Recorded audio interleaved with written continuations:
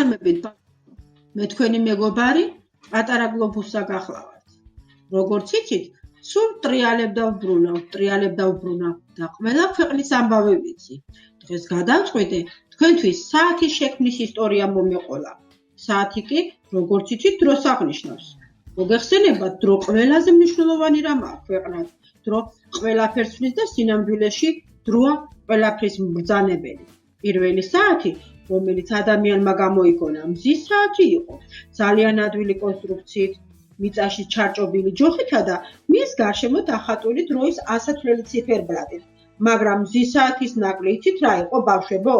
ავდარსა და დახურულ სივრცეში სრულიად გამოუყენებელი გახდათ. ანუ გაწვიმდა აღარ გვაქვს საათი, დაღამდა აღარ გვაქვს საათი და რა ვქნათ, თუ კი წვიმაში და სიბნელეში გვაინტერესებს რომელი საათია, ამიტომ ადამიანი ჩაფიქრდა და წყლის საათი გამოიგონა. ნუმერაცია 12 საათს აღნიშნავდა. ჭურჭლის ბოლოში ჰქონდა ხვრელი, რომლის მეშვეობითაც წყალი გადმოდიოდა. გაჟონილი წყლის რაოდენობით განისაზღვრებოდა დრო.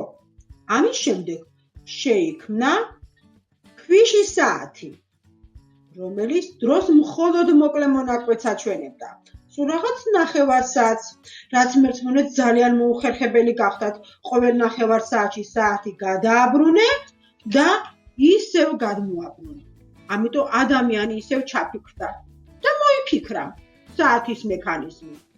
და მექანიკური საათი, რომელიც პირველად გამოჩნდა, ეს იყო